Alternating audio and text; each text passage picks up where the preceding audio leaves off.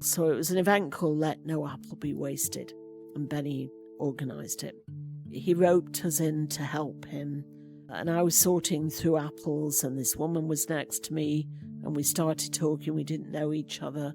Her name was Ilsa Phillips. It was a gorgeous Pender day, sunny day in the fall, and I was saying, wow, if they had this next year, it'd be great to add some music. It's a gorgeous day. We could have some poetry. We could have all kinds of things happening. And Ilsa is a potter. And she said, yeah, we could have visual artists and all things art, and we could centre it around apples and, build it up from there. Anyway, our minds were working. That's Joe Beattie, and this is The Stories That Brought You Here, a podcast dedicated to learning about some of the amazing people living in and around the Salish Sea. I'm your host, Chris Wakaluk. Apples, music, and the arts.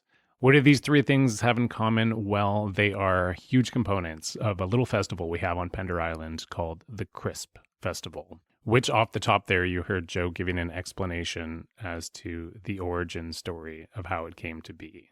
From a small, humble start in 2020 to what it has become now, it has grown in vision and in size over the years. And Joe's going to speak about how the Crisp Festival has evolved and how it will continue to evolve, and her background in helping to coordinate and organize festivals while based out of Prince George for many years. She and her husband, Greg, have a deep-rooted passion for music. And Joe will tell us all about that in this upcoming podcast, along with the importance of her faith to her, the story about coming over from England to Canada at a very young age, living in various parts of the country, Halifax, Alberta, Prince George, and Victoria, and then eventually on Pender Island. And we're going to get into a lot of interesting subjects on this podcast, so please stay tuned for that. But before we get started, I have a little bit of an announcement to make. And that is, I believe I'm going to be changing the format of The Stories That Brought You Here from a long-form interview podcast format to a shorter bite-size video format. And I've really been mulling this over for the last couple months, because when I first started this podcast in 2018, the landscape of the internet was a little bit different than it is today. And I don't know about you, but I feel like my attention span has been greatly decreased over the years. And through communicating with a number of people about this, I don't think that my experience is uncommon. I love sitting down with people and having long conversations with them. It is so great to be able to do this. And I really wanted to give our community members an opportunity to get to meet other community members and hear about their lives without looking at a screen, and being able to have the long story of someone's life unfold over an hour or an hour and a half. But I've really had to check in with myself and ask, is this really the kind of content that people are absorbing? And for you out there listening, if you have enjoyed podcasts over the years and been a diehard listener, thank you so much for showing up and listening to these podcasts. For at least 2026, the direction of this podcast is going somewhere new and I think really exciting. So if you have not subscribed yet to my Facebook page, which is The Stories That Brought You Here, or my YouTube page, which is The Stories That Brought You Here, or my Instagram page, The Stories That Brought You Here, I would highly encourage you to subscribe to either one or all of those for the upcoming content that will be coming out very shortly. I've been working away on this for the last few weeks, and I'm pretty excited about what's going to be coming out. So please stay tuned for that. And I think I'm going to have an opportunity to connect with more people in the community and have more interesting conversations, and to be able to provide something that's even going to be able to bring our community together more by having shorter, impactful stories. So thank you for being here. Thank you for listening to this message. And I hope you enjoy this great interview with Joe Beattie.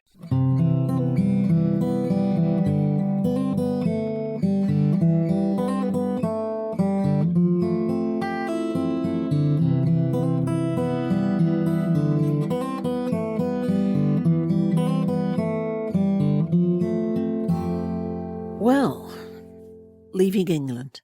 So when I finished at university, I finished training as a teacher, and my father had always said, you should go and see the world, just travel the world. So with that in mind, And I didn't really know where I wanted to teach. I started applying left, right, and centre to places abroad. And one of the organisations was VSO, which is Voluntary Service Overseas. The Canadian equivalent would be CUSO, Canadian Universities Overseas, where people would go and volunteer for, say, 2 years. So you tend to get younger people going out to do all kinds of work. And in my case, it was teaching. I had a few very successful interviews. And in the end, and you got to bear in mind, I'd literally just turned 21. I was offered this job in the South Pacific on a little coral atoll called Abayang in the middle of the Gilbert and Ellice Islands. It was so romantic. And I just had visions of the South Pacific and clueless as to what the reality would be like. It was just seemed a little bit of paradise. So I was looking forward to it tremendously. I was working hard at Manchester Airport to save money to go. I bought myself a snorkel. And 3 weeks before going, I got a letter from Northern British Columbia from the Catholic bishop there, and out of the blue saying he'd run into this priest who said that he knew of this young teacher who wanted to work abroad. And at the time, the bishop in northern BC had staffed all the Catholic schools up there with similar program. It was teachers coming, cooks, all kinds of people would come and work for 1 to 2 years. Anyway, long story later, that letter came 3 weeks before I was due to go to the South Pacific and asking me to teach kindergarten in Prince George. Someone was pregnant and they needed a teacher right away for the January. And at the end of that day, this nun who I knew, who was in an enclosed convent in Liverpool in England, called up right out of the blue saying that she didn't know why, she didn't understand why, but she had a very strong feeling that I had a big decision to make and she didn't know where this came from. And she just called up saying that she was just praying for me, that whatever was going on, that, I'd be full of peace. Anyway, based on that one phone call, I decided to take the job in Prince George. And not a clue where Prince George was, apart from that it was near Alaska. And that too sounded very romantic. So I took my snorkel back and got a ski suit instead. And my poor parents, looking back, I don't know what they really thought of it at the time, but it was on December the 11th and it was just before Christmas. And I flew out to Vancouver and then up to Prince George. It was minus 40. Nobody met me except the pulp mill smell up there. And I cried the whole first week. Well, that's a long story there. Anyway, ended up being okay. And met my husband there in the second year. And that was that. Yeah, this is amazing. This is so interesting. So this like pivotal, fortuitous moment switches your trajectory from going to one part of the world to another part of the world. And then initially it sounds like it didn't really go super well. No, I was living in a community of 5 women, and they had mostly come from Canada and America. And they, well, let's see, we looked at things quite a bit differently. I didn't know how I was going to fit in. And then at the end of the week, this English girl came who was living in the house too. She'd been away for the week, and she came wearing some denim dungarees and a bandana around her head. And I thought, yeah, well, we've got something in common there, a similar background, and things were okay after that. Yeah. Okay, so teaching kindergarten. Yes. What was that like? It was great. It was wonderful. It was a small school in the city, small classes in the morning and the afternoon. And it was my first foray into formal teaching, full-time teaching. And it was living with all these different people in community, and people from all over the world had come. And it was a big eye-opener. Yeah. Yeah. At this point in your life, you're 21, you said? Yeah. And had you been away from home at all prior to that experience? Yes. My brother had lived and worked in Iran for a few years. So when I was 19, I went to spend a few months living in Tehran. And that was interesting because it was just before the fall of the Shah, and getting to Tehran, through Iraq. And there was a lot of traveling that way. And I'd been to France and Spain and Italy and Morocco before that. Just, yeah. Okay, amazing. So you've seen A little part bit, of the world. yeah, but I had no clue about Canada. We didn't get much Canadian history. So I hadn't a clue. It's very naive. And then you're away from home as well, too. Obviously, that's tough when you're 21. It's not easy doing that, right? No. But what were some of the experiences in the first year that you had living in Prince George that helped you transition? Well, there's a lot of history with the Catholic Church in northern BC, right? There were a lot of good things and maybe a lot of not good things. But in my experiences, it was good things. I was at an inner city school in Prince George, and growing up in England, we had no clue. We'd never been taught about Indigenous people in Canada. Had no clue at all. Completely clueless. And that was very interesting. I had lots of great experiences with local Indigenous families and who would invite me into their homes. And it was just a huge learning experience. And so that was very, very different for me. It was great meeting all these people who were living in community from all over the world, from all kinds of different backgrounds. That was very wonderful. Yeah. And then there was December when I arrived, and the following October, that's when I met my husband. And he, for me, living in this community of about 100 people, well, obviously in different houses and that, but that's where the main socializing sort of went on. I had taken a course at the local crisis centre, and about 20 of us went over at the end of it to have a drink in one of the local bars in Prince George. And there was this guy at the end of this very long table who had T-shirts saying solar power. And I was thinking, well, that's kind of interesting, in Prince George. And he happened to be president of the local crisis centre as a volunteer at the time. And our eyes met. And you would not do this in this day and age. But as president, he rifled through the new volunteers for information as to who I was. And when you were trained to be a crisis centre volunteer, you had to man the phones with an existing volunteer. And Greg happened to be that volunteer. And he brought his guitar along that night, and he's got a great voice. And he sang J.J. Cale's Magnolia, and I was hooked. The phones never went, and that was the start.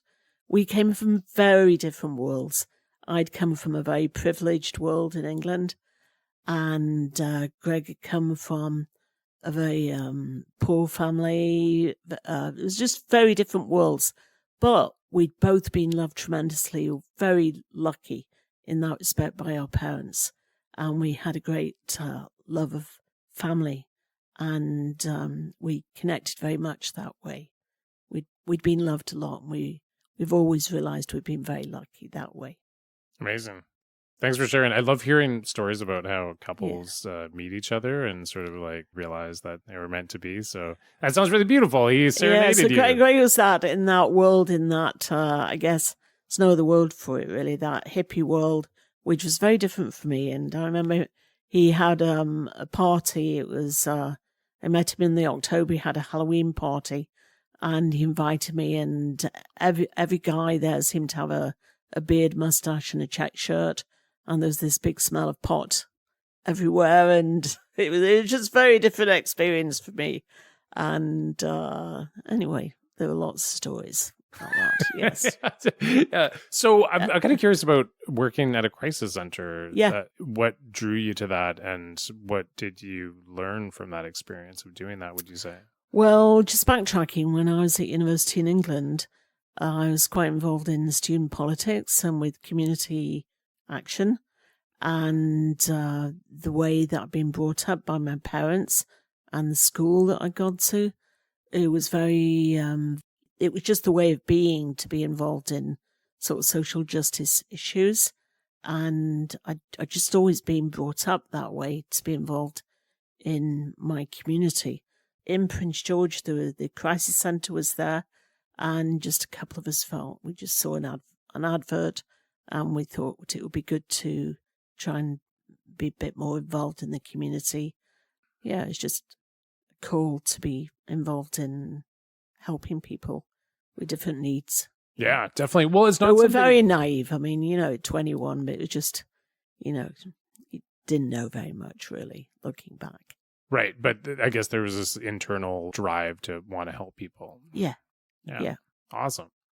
You two meet, and what happens with your lives in the years going forward? Well, Greg had this auntie who was a nun, and she was working in Prince George for Greg's father, who was a recovered alcoholic, running a treatment centre. It was the first treatment centre in northern BC. Wow. Called the Van Treatment Centre. And she had always been on the lookout for her favourite nephew to meet one of these young Catholic teachers who had come to Prince George. And Greg, who was complete lapsed Catholic, which meant that he didn't go to church at all, even though he'd been raised in that sort of background, he didn't want anything to do with it at all. Didn't want to meet one of these, as he thought, holy rollers. And then when we met at the Crisis Centre, he had no clue that I was working at the local Catholic school. So when that all happened, his auntie was very pleased. We started going out together, and I was at the end of my 2-year teaching contract, and it was time to go back to England, and Greg had asked me to marry him. And I turned him down. I wasn't even thinking of marriage. I just wasn't even thinking about it. But when I got to the end of this 2-year, where, I could stay in Canada, we talked it through, and I decided that maybe this would work. And so the principal at the school got a special authority to, documentation that I could stay 3rd year in Canada, and I did. We were married in England, and we had a big send-off for my school. We had a pre-wedding mass and a big dance in Prince George. Greg's father couldn't come to England for the wedding. He had a big heart problem and couldn't travel that far. So the parents of my grade 2 class all got together and created this potluck dinner following a big mass. We had about 350 people at the school, and everything was donated. It was great. None of us had any money, and it was just great. So then we went to England, we got married, and Greg, who'd been trained as a forester, but had always been involved in sort of social action issues like Greenpeace, like the Crisis Centre, and as a musician, he's just very involved in those kind of things. He felt a big call to retrain as a social worker. So we moved to Victoria, and I taught for a couple of years there in Victoria, and Greg was back at school. And then I went back to UVic and did some upgrading teaching-wise and got another degree. And so we lived in Victoria and got pretty involved with different groups at the university. But at the end of Greg's social work training, there were no jobs for new social workers in British Columbia. There was a big moratorium on the hiring. There's a big freeze on hiring of new social workers. So we moved to Alberta, to St. Paul. I was pregnant at the time with our first child, Elizabeth, and Greg was hired to work in a little community northeast of Edmonton called St. Paul. And it was quite a big French community. And we were Catholics, so it was French Catholic community.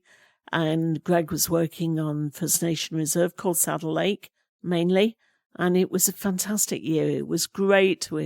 We had Elizabeth was born there. The experience of living sort of in a small community like that was great. But at the end of it, Greg had applied to do his master's in social work at Dalhousie in Halifax. So we packed everything up and we drove across the country, and we lived in Halifax for the year. And it was great. We got involved in the music scene there. Elizabeth was a baby, and it was wonderful. And I think we would have stayed in Halifax, except for the overwhelming sense that I had that I needed to go back to England to be with my family and to experience living over there with Greg and with our daughter Elizabeth. At the end of that year in Halifax, we sold what little we had, and we had $400, and with 6 suitcases and a baby, we flew to England. We drove all the way back across the country and to say goodbye to Greg's family, and then we flew over to England. That's right, from Vancouver. And we lived in England for 3 years, and it was a great time. My parents were thrilled to pieces, and my brother and sister, and many experiences there. And when we went back, we were convinced that especially Greg would get work as a social worker somewhere, and he ended up working for Cheshire County Council as a senior social worker. We worked with a lot of young musicians over there, and it was great. We had an English baby over there, Jojo. She was born in Macclesfield in Cheshire. And when Elizabeth was about to start school, it was the time in that area when there was a great lot of political unrest. It was at the tail end of Maggie Thatcher's Britain, and there were lots of threats of IRA bombs at the time.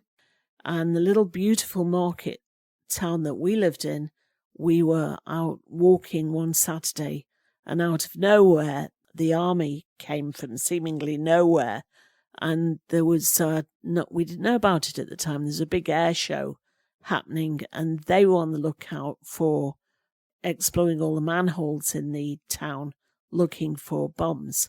And it was a very pivotal moment when we decided that it was maybe time to go back to Canada, looking ahead for the future, that it would be much more peaceful. So much to my parents' horror, but they were right, because they knew how much I loved Greg and he loved me, and so they were very supportive. They understood that. We went back, we flew to Halifax. We had an English friend who came to work as a psychiatrist in Halifax when we were at Dalhousie, and we'd done a furniture exchange. So we flew to Halifax, and then with the 2 children, we drove back to Vancouver across the country. And Greg ended up being offered work in Victoria and Prince George. And I never wanted to move back to Prince George, although I was very happy there. We'd lived in other beautiful places. But for some strange reason, it was like the nun, when she called me when I was 21, we both felt very peaceful to accept the job in Prince George, and we did. So we lived there for many years, and lots of things in Prince George. Just out of curiosity, you talked about these trips across Canada. Not everybody has driven across Canada. I've done it a couple times. Do you remember much from those experiences at all about driving across Canada? Yeah, I do. So when we were leaving Halifax and we'd sold everything, we needed to go back to say goodbye to Greg's family. And the only way, because we didn't have any money, Greg had encountered this prof who needed some books moving from Toronto. So we had ended up renting this 5-ton truck and going to Toronto from Halifax, picking up his massive amounts of books, filled the whole truck. And we had a dog at the time. Greg had, again, you wouldn't do this these days, he'd made this dog house, fixed it on the back of this big 5-ton truck. And that's how the dog got back to Vancouver. And we could see the dog's tongue hanging out all the way. It was very big. Great Dane. It was a Great Dane cross. Okay. Great Dane lab, and with massive tongue. And Greg could see the dog's tongue all the way. And the dog had a great time. And Elizabeth was just a baby. And we took this 5-ton truck as a way of financially getting back to Vancouver. And it was filled to the brim with all the massive books from this prof. And I remember when we got to Alberta and then encountering the mountains and going up, with his 5-ton truck. And there were quite a few moments when we thought, I don't know if we're going to make it, you know. I would hate to do that journey now. But again, you're a certain age and no fear, Yeah. you know, and you just do it. Totally. Yeah. Yeah. So that got us to Vancouver, and yeah, we didn't have to pay for that. That's awesome. That's it's interesting, these little stories about you know, what happens along the way on journeys, and that you mean like, oh, we have an opportunity to, you know, fund our trip across the country. We just gotta pick up a few books. Yeah, and I actually been jumping ahead many years, to about 2018. It's not that long ago. We were driving across the country again, and to see our son, who's a student in Winnipeg. And on the way back, there was the weather was horrendous. There's thunder and lightning, and we got a call in the middle of nowhere on the prairies. We'd stopped momentarily, and it was from Colin Denton, who Pender Island realtor. Yeah. And saying this house you happen to have seen on Pender Island, the office on it had fallen through twice, and I'm just calling to see if you'd be interested in it. And the house that we live in needed quite a lot of renovation. Greg has renovated a lot in the past and didn't want to do it again. But in the middle of the thunder and lightning, he said, you know what? I've got one more reno in me. I can do it. So we decided we would buy this house. That was in the middle of the prairies on the way back. Yeah. So we were very excited on that way, coming back to ending up on Pender. So when you made that trip from Halifax and then coming back out west, this starts the second chapter of your life in Prince George.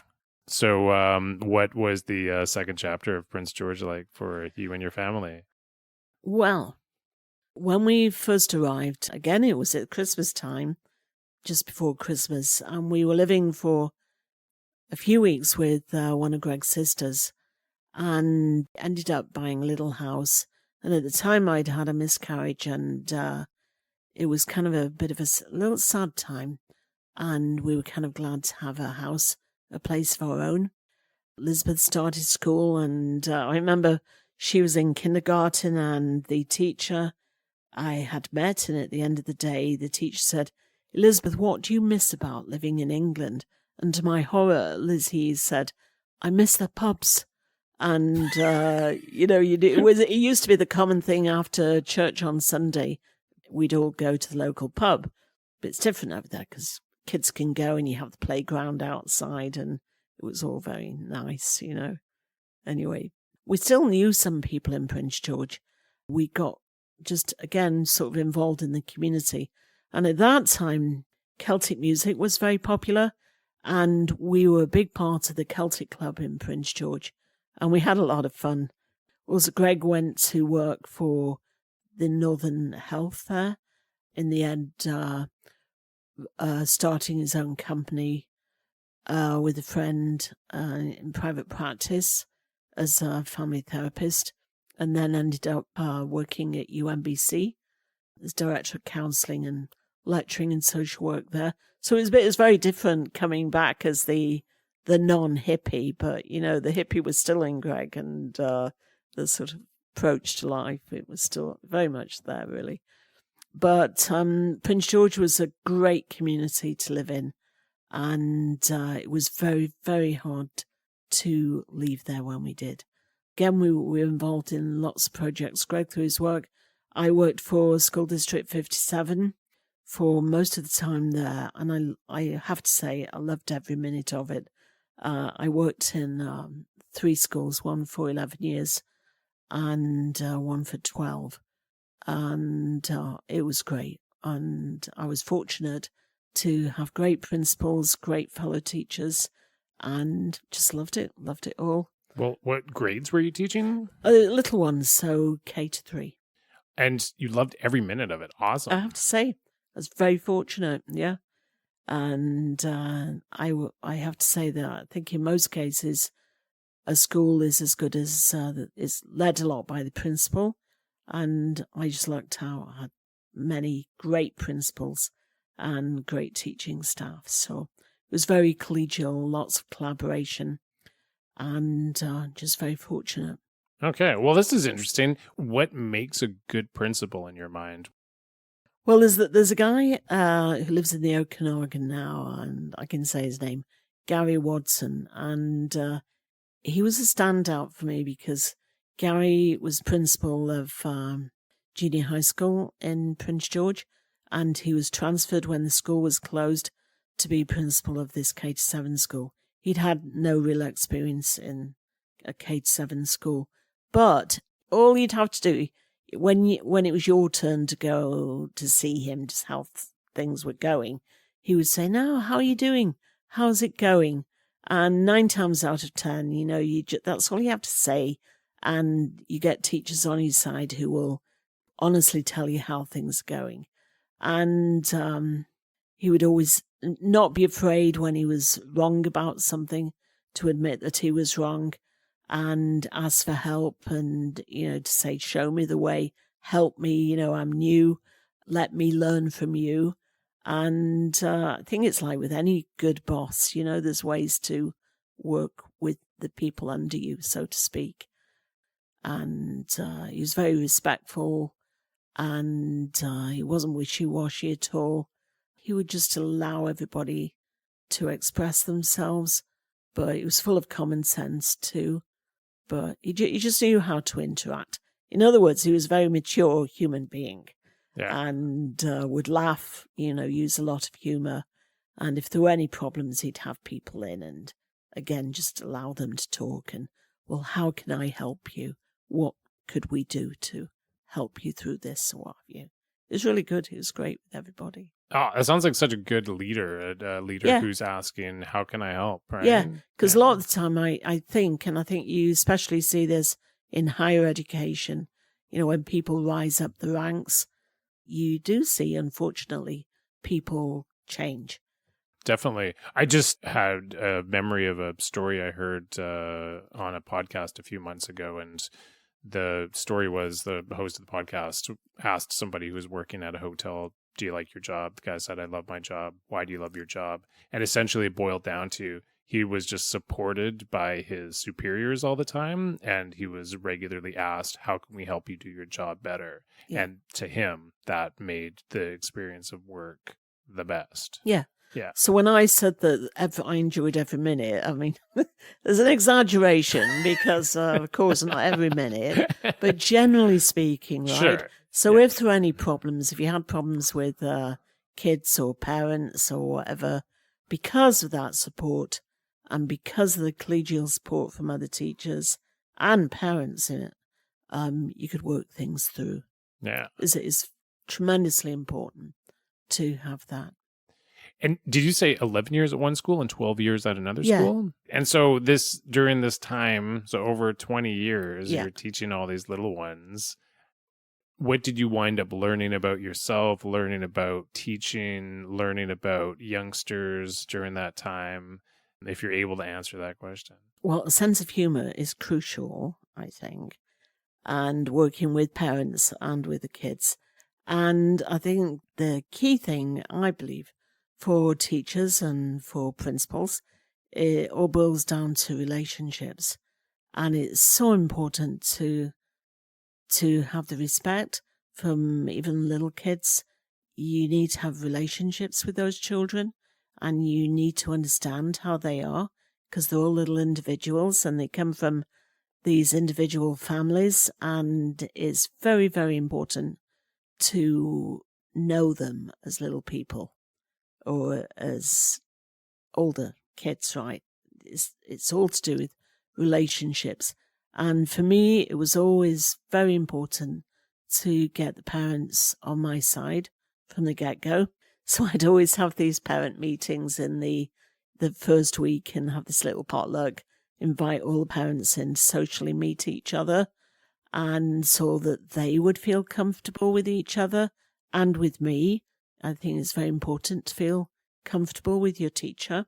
And I would always feel that that was common sense, because if I was to encounter any challenges with the children, I needed them on my side, that we could work together for the betterment of their child. And it was always important too. Parents will share so much with you that they can do. But for example, parents going through very challenging times in their own personal life. And if there's any illness or anything was going on, parents splitting up or what have you, I think it was really important for them to share as much as they could, so I could in turn understand their child and give that extra support and that, that TLC to the children. The relationships and the respect for the children and for the parents. Yeah, I think you have to have that. Yeah, for sure. Did it take some time for you to kind of formulate this and understand that this was important, or was it through communication with other teachers that this sort of came about? Well, again, I think it goes back to the way that my parents brought me up, and they brought me up to know about relationships being important, and whether I found it easy to reach out to people and to listen to people, and people, I found it easy. It doesn't come easy to lots of people. I know lots of teachers who would find that very difficult to have all the parents in and talk with them and get to know them. So I think it depends on who you are as a person. It's not easy, for people to do that. It was easy for me. Yeah. Just because I was brought up that way. Let's take a little segue here. You mentioned your parents a couple times. Yeah. Could you tell me a little bit about your parents if you're able to? Yeah. Okay. So my mum was sort of during the Second World War. She was destined for the convent. She was going to become a nun.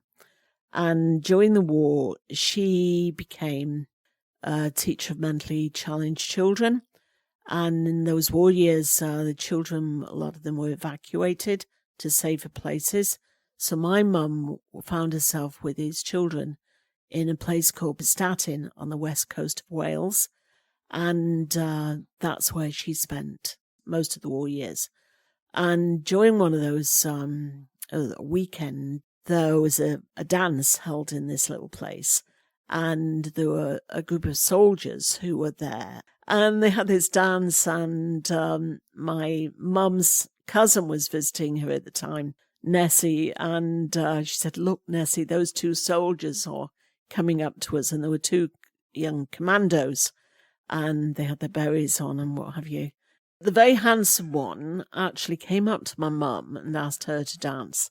And that was the start of, I guess, that falling in love. And so my mum went to see the Mother Superior at the convent where she was supposed to be entering, and told her about this handsome commando that she'd met. And the Mother Superior told her that she felt she was destined to enter the Order of the Pillow and not the convent. The Order of the Pillow? The Order of the Pillow, in order to get married, and she should get married instead. Okay. So my dad, he was just young, she was young, and they got married. And my father was Richard, so he came from a lot of generations of Richard. And my mother was Rose. Yes. It's a beautiful name, Rose. It is, really. It's a gorgeous name. Well, obviously, I'm getting the impression from talking to you that, you mentioned earlier that you came from a loving household. Your parents were very loving. Well, my brother and sister who were older than me, they came along first, and it was in the post-war years. And then I think I was the mistake that came many years later, but never ever felt that, But I came, again, I was very privileged because I came at an age where, my father, who was a businessman, he'd done quite well, and everything was very settled by the time that I came along. So they had time for me. So my father was like my best friend, he'd play with me. He's avid soccer fan, the only team that matters is Manchester City, right? He would just play with me, and he was funny, and great memories of my father. Yeah. Fantastic. My mum. Yeah. Right on. Getting back to Prince George, so this epic career you have of teaching, and then obviously there was a lot of interesting things that you and your husband were part of in the community, and music has been one of them, which you alluded to earlier. Yeah. Something I wanted to find out a little bit more about your family's connection to the music scene in Prince George, and some of the interesting things that came about. When we were in England, without going into a long story there, we were involved a lot with young artists. They happened to be young Christian artists who from different Christian denominations, and we were running a youth group at the time, and we kept running into all these young musicians who could only play in their respective churches. Anyway, we brought them together so that they could play together, and we ended up putting this one. It was a very pivotal show on in the town where we lived. It was at a theatre, so a secular theatre, and we put these musicians on, and we called it One Song, One Lord, and it was great, and it was a really good way to bring people together from different Christian churches that wouldn't normally get together, and it took away a lot of the fear that these young musicians were encountering in going into each other's, you'd have a Baptist, you'd have Presbyterian, all different Christian denominations. And then, of course, as in our Catholic churches, lots of them wouldn't come in our Catholic church because they didn't consider it Christian. Anyway, therein lies a lot to be talked about. But when we came back to Prince George, we started doing the same thing, and we're involved with different Christian musicians, and then we're involved in this Celtic club, and it was the time of Celtic music, and Greg and I were in this little band called Schehalion, which became called Out of Alba. And I was always a flavour player. I play a little bit of a few instruments, but only little, tiny bits. Great for kindergarten, behind closed doors kind of thing.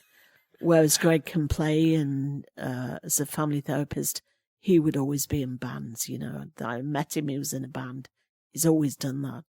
So when this Celtic band started to get serious and started to get gigs, I freaked out. I couldn't be part of it. So I sort of withdrew. And then, without going into a long story, Greg was, the work that he was doing at the time was out of town. He was going to work in Canham Lake with an Indigenous band there. And on the way out of town, he was listening to CBC to Peter Zarski, who was a well-known national CBC host, was interviewing this woman called Laura Smith, this musician from Halifax, and she was just on the up and up in the Canadian music scene, and she was embarking on a cross-Canada tour and playing at all the provincial capitals. Well, Greg was listening to this interview with Peter, and Laura was singing a rendition of My Bonnie Lies Over the Ocean, and he thought it was the most marvellous rendition that he'd ever heard. He called me to say, turn on the radio, listen to this woman, and maybe we could get her to come to Prince George when she comes to Vancouver. So I really liked her, and I ended up contacting CBC, and somehow I got straight through to Peter Zarski and actually talked with Peter Zarski, who put me in contact with Laura Smith's manager, who put me in contact with Laura. And it ended up with Laura coming to play at UMBC in the Canfield Theatre there. And it was the first concert at this new university in Prince George that was held. And I found that I wasn't comfortable with being in a band, but I suddenly found what a great way to bring people together, putting a show on and putting a concert on. And my father had done this in many ways. And again, I'd sort of grown up with my dad doing this, and I suddenly realised, this is great. I now understand what my dad liked about this. And through Laura, she introduced us to this band from Newfoundland called Buddy What's His Name and the Other Fellas. It's a comedy band. And they came through, and it just opened up the doors to all kinds of folk roots artists across Canada. So for a good few years, included lots of people like Bruce Coburn, working, with him in different capacities. There were a lot of shows, about 16 shows a year in Prince George. And it got to the point where there were quite a few of us who felt like we were sick and tired of people from, say, Vancouver say, Prince George is a terrible place, why would you want to live there? And so we really wanted to try and put Prince George on the international music map. We had great aspirations. We ended up starting Prince George Folk Fest Society and the Prince George Folk Fest, which was originally going to be held on the grounds at UNBC. And we got it already. I was doing the booking, and we got loads of volunteers. We got together all kinds of people, and it resulted in about 200 volunteers at that time. And we were going to put on this first summer festival. And it was the time of Gordon Campbell, a former Premier, BC. And Gordon Campbell was coming up to Prince George that summer. And UNBC at the time were worried sick that there would be protests. And if you've ever been to UNBC, they have this wonderful central part where it's all glass. And the authorities at the time were worried that this glass somehow there were going to be mass protests and that the glass would be broken. So they said, sorry, you can't have the festival here. We ended up changing where it was going to be 2 times. And I'd booked Blue Rodeo for that occasion as a headliner. And then eventually Blue Rodeo bowed out a few weeks before because one of them, his best friend, was getting married. He was the best man. And anyway, they couldn't come. But it was good because it ended up, I'd worked with Bruce Coburn before. And so Bruce came out to play at our first festival. And it was great. And we had 4 years of that festival. And we put on lots of shows during the year too. And we had, we were all volunteering, had willing volunteers. The city was totally behind us. And then it was at the time of the forest beetle, pine beetle in northern BC. Yeah. And we had a lot of sponsors from the forestry industry. And they felt that they couldn't, they just didn't have the money to help us anymore. So our board at the time, they felt that we really needed this money to continue after 4 years. And they felt they couldn't commit to a festival the following summer. But we've done so much work in cultivating this festival.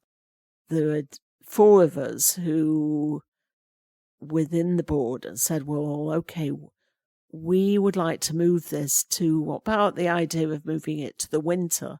And it was just at the time in 2008 of winter cities in bloom across Canada. And Canadian cities in the north were encouraged to start making the most out of winter instead of and just celebrating winter. So again, a long story happened, but it was on October the 29th of 2007. There were 4 of us went before our city council, and I asked for money to support this festival that we would put on in January, and it was going to be called Cold Snap. And they asked me how much money I needed, and I said, I need $10,000 to start with. When do you need the money? Well, I need it tonight. I need you to make a decision tonight. And there was a huge stand-up. We must have debated back and forth for about 2 hours about needing this money and what it would be great for Prince George. Anyway, we walked out at the end of the night, and we had all kinds of volunteers there. We got the 10,000 that night. They voted on it. 10,000 back then was quite a lot of money. So I had from the end of October, and this Cold Snap was starting in January. And it was great. It was over 9 days, and we thought it would be a good idea because the university was in session. The local college was, the school district, and I could put different artists in the schools. The university, there was a lot we could do, and decided to use lots of venues in Prince George and get the whole of the city behind it. And they got behind it, and it's still going now. So it's great. So we feel really great about that. Yeah. Well, this is amazing. It sounds like, just what I'm hearing from, your inflection and your tone, that there was just like a lot of passion from you behind trying to make this happen, it sounds like. Yeah. So people just bought it in Prince George, and it was great. And one of the great things about a city like Prince George, that you can call up the mayor and talk to them. You know, you know people, and it's easy to make connections. Yeah. But what's driving you during this time to keep pursuing this? Because it's a volunteer situation. Yeah. And it sounds like a lot of work. Am I right? Well, when we actually left Prince George in 2011 and 12 to go back to England, my mum had the start of dementia, and I went to do a teacher exchange, and Greg was on a sabbatical, and our youngest Benny just finished grade 12. So he came, we went back to England for the year. And at that time, there was a lady called Sue Judge, who I thought would be great to take over as me as the artistic director. And that following year, because we'd sort of built it up, we'd applied for grants. And that was the first year that Sue was paid. She was paid as an AD. Okay. And it was the start of having some paid staff. So I think the time comes when, in order to be sustainable, something like a festival can grow to the state where you need to have paid staff for sustainability. I mean, you know, that leads right into, across the years, to Pender, Ptarmigan Arts. Right, Ptarmigan's been going on for many years. And you rely, I think, a lot on grants, but you need the grants, you need the support of the community. But they do so much work, so many programs, Ptarmigan, and you need paid staff. I know for me, as an AD with the Crisp Festival here, and sort of overall producing it, there's so many hours that go into it, so many hours, and you can reach a point as volunteer where, yes, you absolutely need volunteers. You can't do it without volunteers. But when you're sort of leading something, you get to the point where, you need to be recompensed a little bit, you know. Oh, absolutely. So, like Ptarmigan, they absolutely need to continue with their paid staff. And then we need to do that on Pender.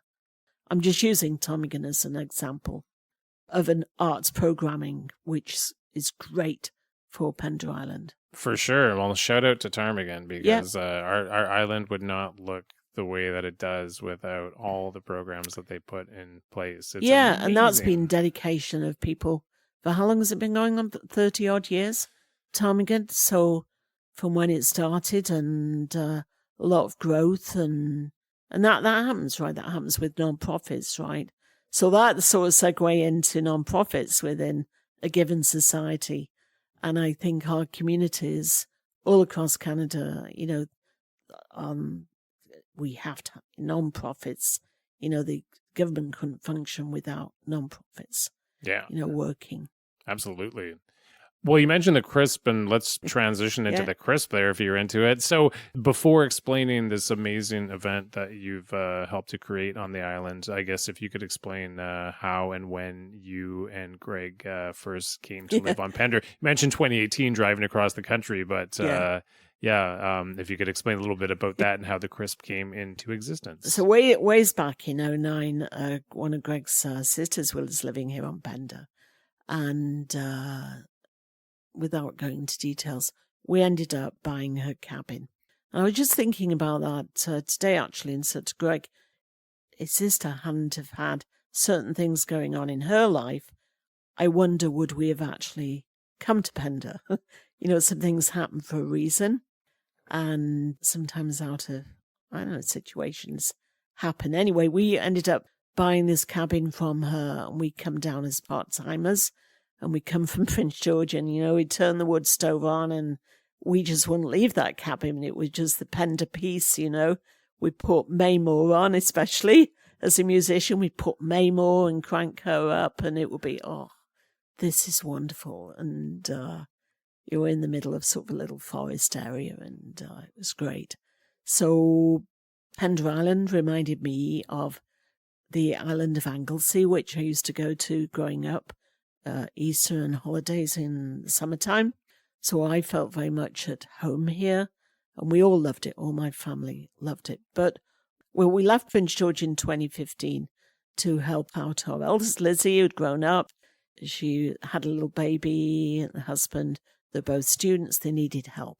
So we left our beloved Prince George to come to Victoria. And because we'd been to UVic years ago, we still knew people there. Greg's mum was there, various family members. We actually started a festival called Starfields there that was to do with lots of multi-faiths in 2018. And we actually had people come over from Pender to take part in that. But in 2019, I'd come to the end of, I was teaching in Victoria for 4 years, and I'd come to the end of my contract. I was on maternity contracts at the school I was teaching at, and come to the end, and it seemed the logical time we were ready to come full-time to live on Pender, which is a big aim. And Greg was working in Victoria, but he could commute. And so then we moved, and then the pandemic happened. So, of course, that changed for a lot of people, right? And during that pandemic, our son Benny, he'd met Thais from Brazil at UVic, and she ended up getting accepted at the University of Winnipeg to study for a master's.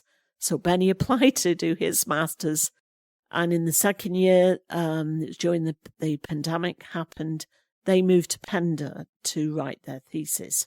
So Benny was working a little bit at that time when you're allowed to work. I'm trying to remember now. It seems a bit of a haze, this pandemic.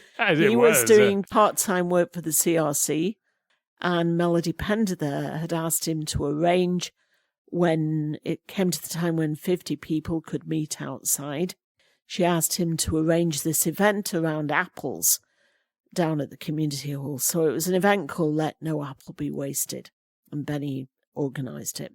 So he roped us in to help him, and I was sorting through apples, and this woman was next to me, and we started talking. We didn't know each other. Her name was Ilsa Phillips. And it was gorgeous Pender day, sunny day in the fall. And I was saying, wow, if they had this next year, and hopefully, if the pandemic, things will look good. And if it'd be great to add some music. It's a gorgeous day. We could have some poetry. We could have all kinds of things happening. And Ilsa is a potter. And she said, yeah, we could have visual artists and all things art, and we could centre it around apples and, build it up from there. Anyway, our minds were working. And that week we went to meet with Melody outside and said, look, if this happened next year, we have this idea for a festival. And Melody went with it right away. My daughter Jojo came up with the name The Crisp, and it went forth from there. So on the goodwill, it's about volunteers. It was the goodwill of the musicians that I'd come to know on Pender. There were all kinds of people, and then some musicians from off island. And we'd made it our business, Ilsa and I. We both come from that sort of helping professions. Ilsa, as an artist, had worked in mental health. But we realised as newcomers, full-time newcomers, that it was really important to look at what had come before. We couldn't just barge in and say, oh, we're going to create this. We were very deferential and tried as much as we could to seek out the people who had been involved in various projects. And so with the help of people like Marianne Perret, Andrea Spalding, they introduced us to people like Leslie McBain. And so we put on this first festival, which we held at Port Browning outside.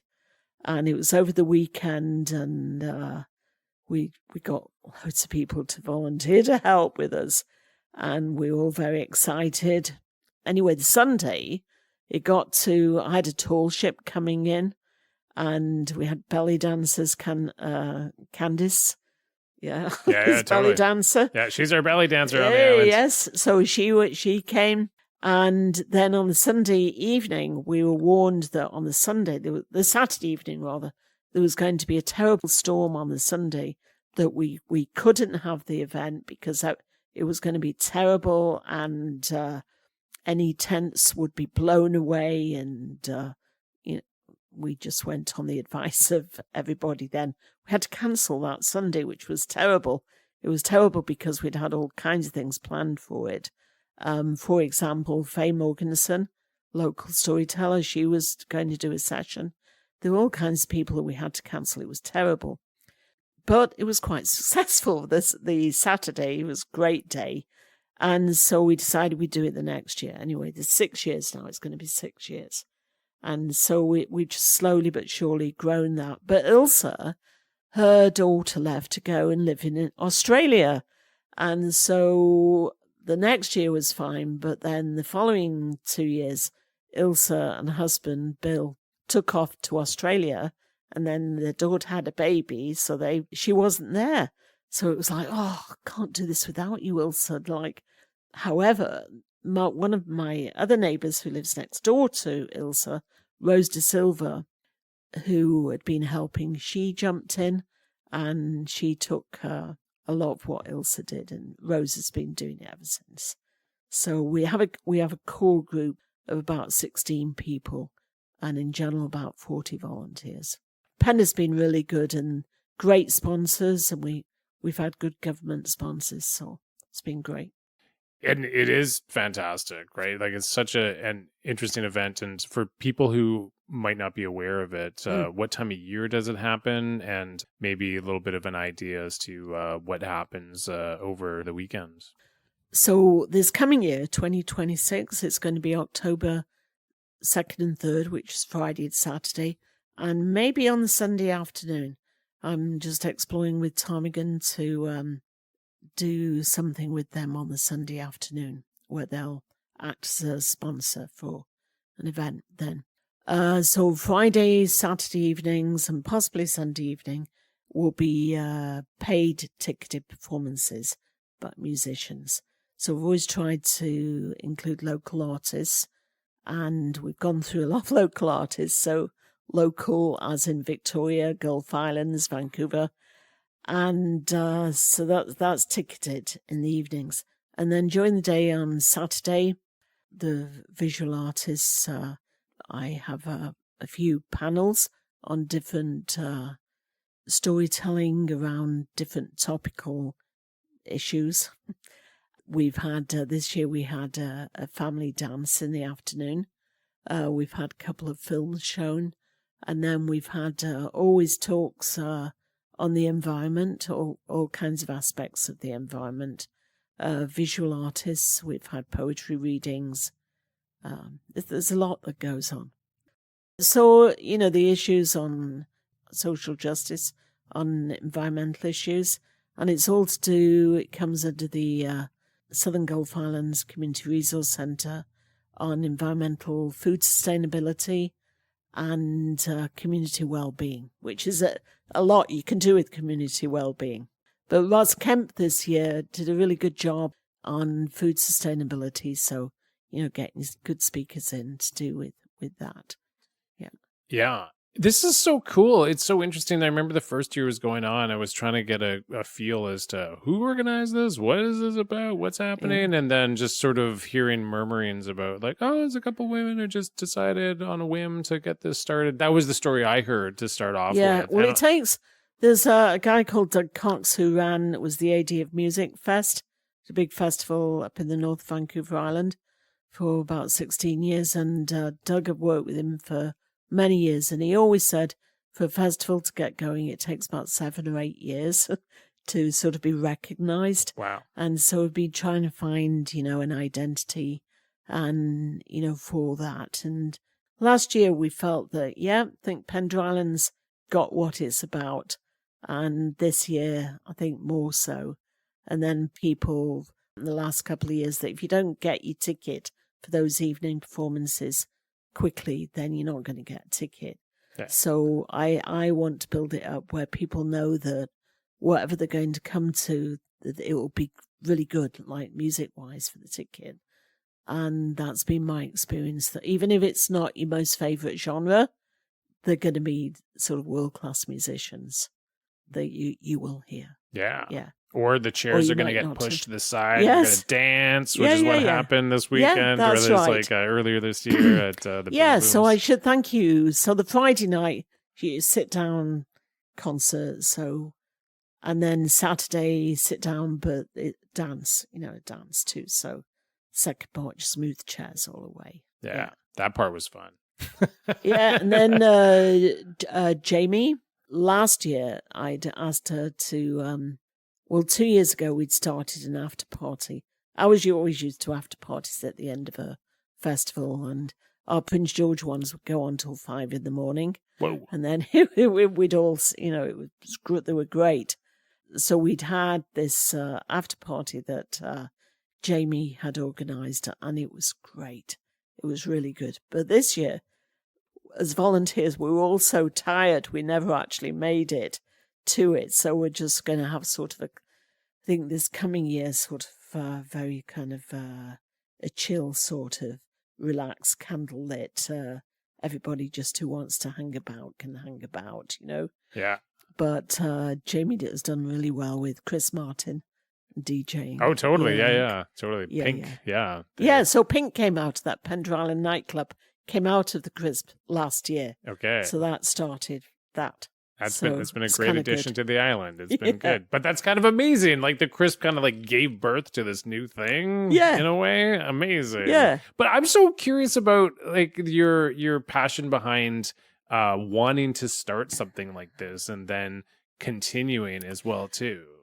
It's a good question. And I think for me, Chris, it boils down to I have all my adult life and as a student, and into being adulthood, that I've seen so much of building community through the arts, and the arts as being as a wonderful way to bring people together from various backgrounds that wouldn't necessarily get together, but through the arts, people react on an emotional level that is quite different.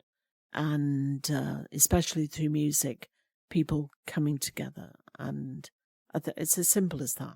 It's great.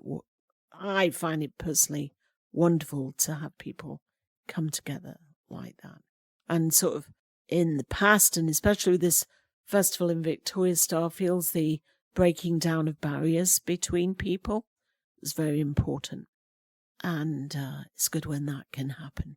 Yeah. If you feel like getting into that, we definitely can. And I'm curious to do that because you mentioned earlier that you're a Christian and you mentioned the word faith earlier in the interview and secular, non-secular. And this, from talking to you in the past, in a recent phone call we just had, it is a big part of your life. I'm curious to hear more about this festival that you're speaking about in Victoria and breaking down barriers and what this means to you in terms of breaking down barriers and bringing people together. Well, again, I've personally found it very easy to mix with people from different faiths and non-faiths. I've a strong faith myself, which is faith more than religion as such, the doctrines. Religion, my faith is deeply personal. And I think because of that, I find it very easy to walk with people of different faiths. So I have Jewish friends, I have Muslim friends, I have friends with no faith as such, friends who are deeply spiritual, but who do not share the same faith as me. As Christian faith I'm talking about. And yet I find in my faith as a Catholic, our Christian church can be the worst in getting people together because there's just this fear between different Christian denominations. And for example, I know people that will not set foot in a Catholic church. And years ago when I was growing up, you would not go into a Protestant church. And in my mind, it's ridiculous. Just saying that. And I think it's very sad. It's so sad that we can't find in our own Christian religion, the common prevalence of Jesus' message of love your neighbour and to do good and be kind and be compassionate. And you look at a lot of what happens in the world in the name of religion, and a lot of wars that happen through religion and political beliefs. And it's just sad that we, a lot of the time, cannot respect other people's perspectives. So, for example, I have Irish friends who were very involved in the flotilla going towards Gaza these last few months. And on those flotillas, there were people from all different backgrounds, different faiths, who just simply want to have peace. And they want, in this case specifically, peace in Gaza and peace for the people of Gaza, and wanted to stand up to talk about what they believed is genocide in Gaza. And to say that, I know that can stir a lot of emotions, but for me, I think it's important to try and understand different perspectives. And I think, and I include myself in this, I think sometimes the worst things you can do in life are just assume about people and assume that people think things, believe in things because of certain reasons. And I think until you really truly get to know people, you cannot assume stuff about people in most cases. In most cases, you find what you think about somebody is maybe actually not what's going on. And until you'll start to talk to people and get to know their backgrounds, you just don't know what's really going on. And we're all guilty of casting aspersions about people and their beliefs. And I just think that it's important to try and find opportunities to talk and to share and to treat each other respectfully. And in some cases, your views can be so different that maybe you just have to walk away. But I think in most cases, most people will try and find something in common and find that is a term that's used a lot in the last few years, but finding that common ground. And how can you find common ground and make things better? Try and make a better world. Yeah, totally. Of course, I'm with you all the way here. Like, this podcast is essentially that. I initially came up with this idea because I thought, I feel like there's a lot of gossip on the island, and I feel like I hear from people who don't live on Pender. They say to me, "Wow, you live on a small island. You must know everybody." And I came to realize I knew a lot of people, but I knew very little about them. And I think that was a very common thing. And by doing this podcast and giving people an opportunity to speak for an hour and a half, it really gives a much fuller perspective as to who they are and what their backgrounds are and where they're coming from. And we can really appreciate someone far more. And I think once you can appreciate somebody by knowing more about their story, it's much easier to care about them.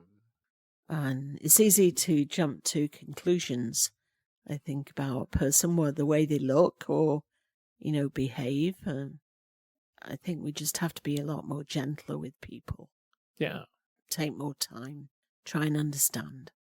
Have you had some poignant experiences in your life where you've gone into situations with interacting with people and come out and realized like, oh, wow, I really learned a lot from that person or grew from that conversation? Are there certain moments or people that sort of stand out to you in the past?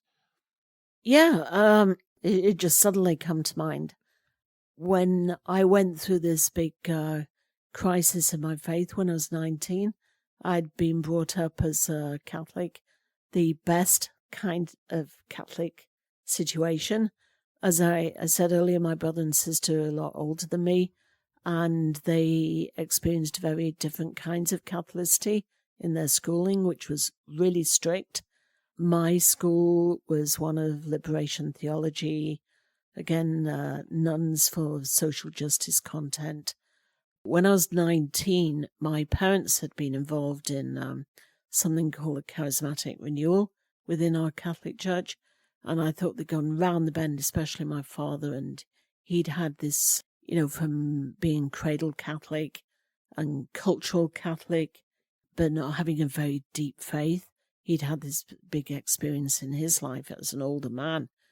And I just thought he'd gone around the bend and suddenly become very religious. And I didn't really want anything to do with it. And then there's another story here, but I, in turn, had this experience in my life. And it was one of his stories, this big conversion experience. And for the 6 months after, I tried to find people who could understand this conversion experience. And there were very few people. And then after 6 months, I sort of came down a sort of level ground where you realize that this experience you'd had in your faith, you had to live everyday life. And it was sort of a bit, maturing in that sense and coming off from this high experience of this conversion experience.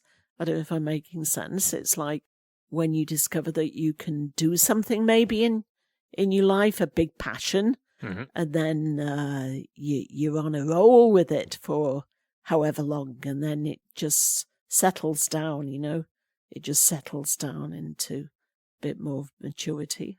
But coming back to people who left big impressions, throughout that time, there were my own peer group. I couldn't find many people to connect with at that time, but I did encounter these wonderful, wonderful older priests and nuns who were the very wonderful, compassionate, caring people, non-judgmental, who I had to look at with whole new eyes. People say to me now, oh, how can you continue in your Catholic faith with, for example, the abuse within lots of churches, but I'm talking about my own Catholic church, the significant abuse, clericalism within my own church. And a big reason is that my experience was so positive, and because these wonderful people that I knew, like the nun in the enclosed order who made that phone call to me that led to me coming to Canada, for me to leave our church, it would be like leaving all them and saying that their experience was not worth anything, that it's like denying their existence in a way. And I can't do that. So I just have to try and find ways to try to make things better. So Greg, my husband, he works, and he's worked like as a family therapist, but the last 10 years he's worked within the Catholic Church as an investigator for working with victims of sexual abuse within the church. And it's a wonderful way to try to make things better. So that's what he does. And because of that work, I'm more clued in, I think, to what goes on and resources out there to help. So when you talk about, for example, a reconciliation and with Indigenous people, and they've suffered so much, and victims of sexual abuse, especially in residential schools.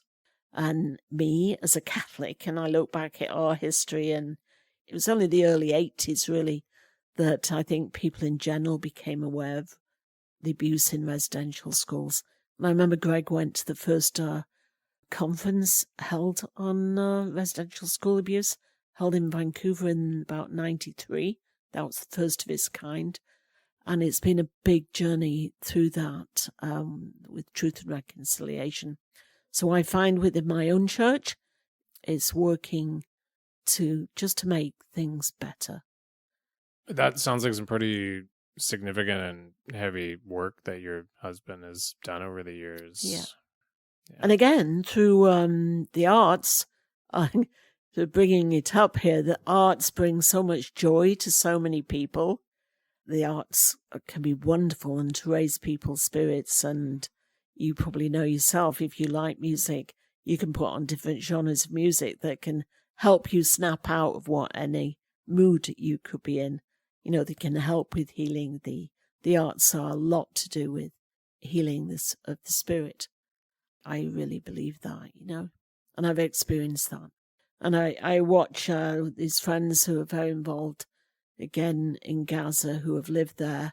And I see now that the work that different musicians have done and teachers in Gaza and working with children who have lost parents, they've lost family members, and these children given musical instruments and singing, and it brings a lot of healing.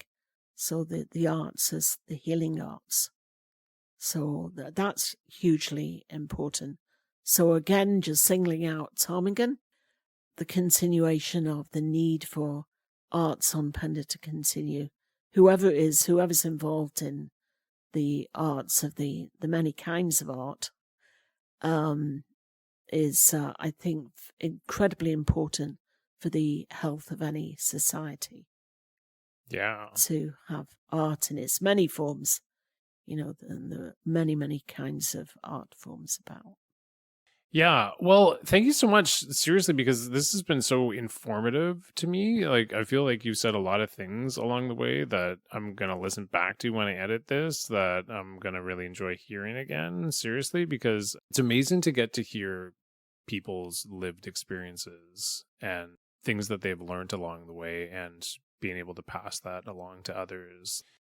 I think I would be safe in saying I didn't really know you very well before doing this interview, and I'm really kind of blown away, Joe. So thank you so much for so much that you've shared, and we'll probably start to wind this down a little bit, but we're not going to come to a hard stop or anything right now. But is there anything else that you haven't shared in this time that you feel like you want to share? Again, it's bandied about a lot the last few years, but that sincerely a sense of gratefulness for what we have here on Pender Island, the gratefulness of the people here who've worked hard here on the island, working together, and all the many different spirits. It's like microcosm of a bigger community, really. But just the gratefulness, grateful to be here.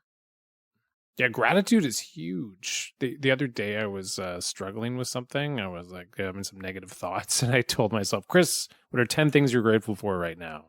And so it was like, okay, 1, 2, 3, 4, just to shift my perspective.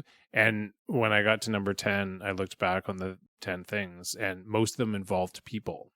Most of them were like, oh, that I'm so thankful that person's in my life. Well, I think you just don't know what people have gone through. You don't know.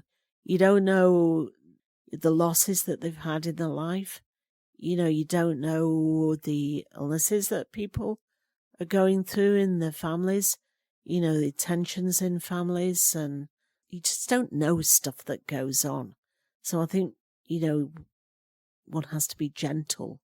We have to be gentle with each other and be kind, sense of compassion.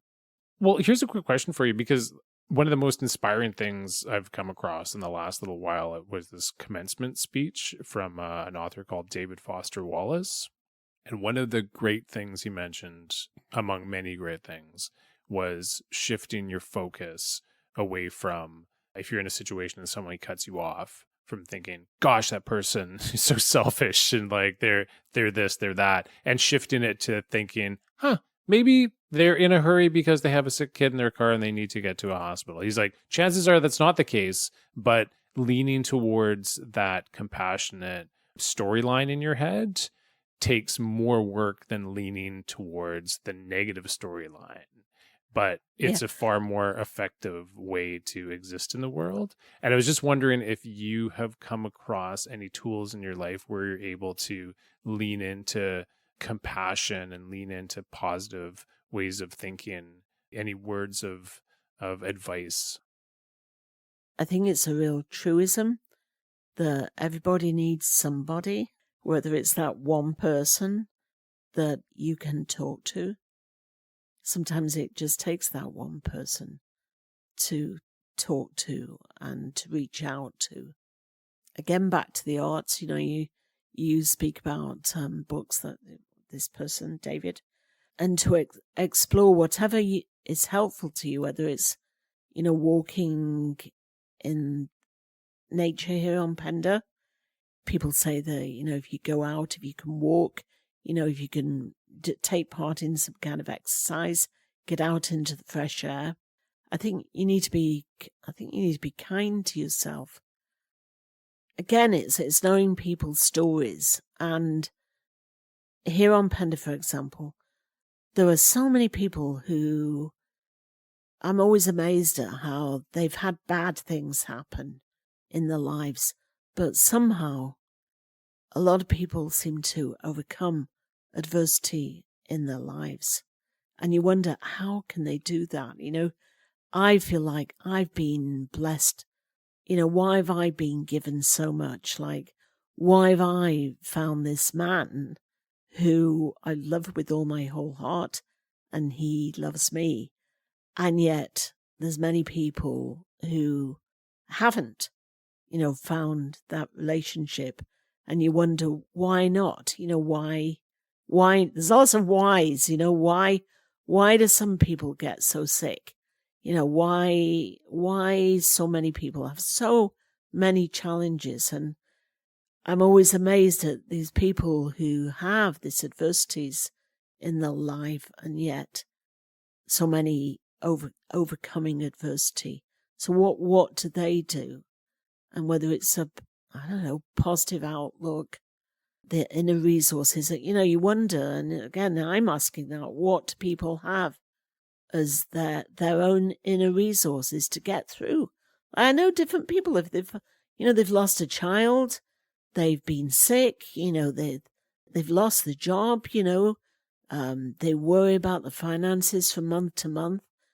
And yet a lot of people continue feeling positive. And it always fills me with awe coming across. And you feel very humbled. And, we need to love and to be loved. I've come to know about dogs on this island. And a lot of people who have dogs and love dogs, I could never really understand it. But caring for our son's dog, Dolly, I love Dolly. And I realize now for the first time how important animals are in many people's lives. So living life to the fullest as you can, but in the simplest way and not taking things for granted. Yeah, I think that so much of our lives are we're steered towards things that actually aren't necessarily going to make us happy, and we're pointed in those directions all the time through advertising. Yeah, and ultimately they don't lead to a deep-seated happiness. But you use the words living simply, and I think that when we are living simply, it's amazing how much joy we can find in that. Yeah. So it's an art. I think it's an art. And you think about Buddhist priests, Buddhist nuns, and it takes the whole life sort of seeking, working on that journey. I think it comes back to that journey, the journey that you're on, and realizing that it seems a trite saying, but it's true, the life's journey, and recognizing that we're all on a journey and companions on a journey. I think that's from him, being companions on a journey and helping each other be the best that we can be. And what you won't always agree with people at all. And that's our humanness, right? There's some, you just can't be around certain people for different reasons, but sadly that's the case sometimes. And, but just to help as much as you can, yourself and other people on that journey of life, I think. Well, that sounds a good place to end things off. And is there any last final words, any last thing you want to say to end things off here, Joe? Yeah, sense of humor helps a lot. Yeah, sense of humor. So find things that are funny. Laugh a lot. I think laughter is a good medicine. It is a good medicine. Yeah. Awesome. Thanks, Joe. Thank you again to Jo for doing that interview with me. I had such a great time sitting down with her and having that conversation. That was lovely. Thank you very much for being here at the end of this podcast. If you've listened to this one or if you've listened to many others, I just want to say thank you so much for coming and joining me on this ride.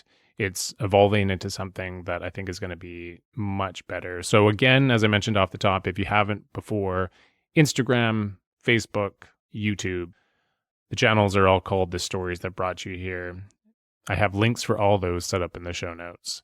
I want to thank Ben McConkey for providing the theme music to this podcast. And hopefully you'll come join me on this evolution of this journey of bringing the stories that brought you here from an audio format to a video format. Thank you. Take care. And we'll see you very soon.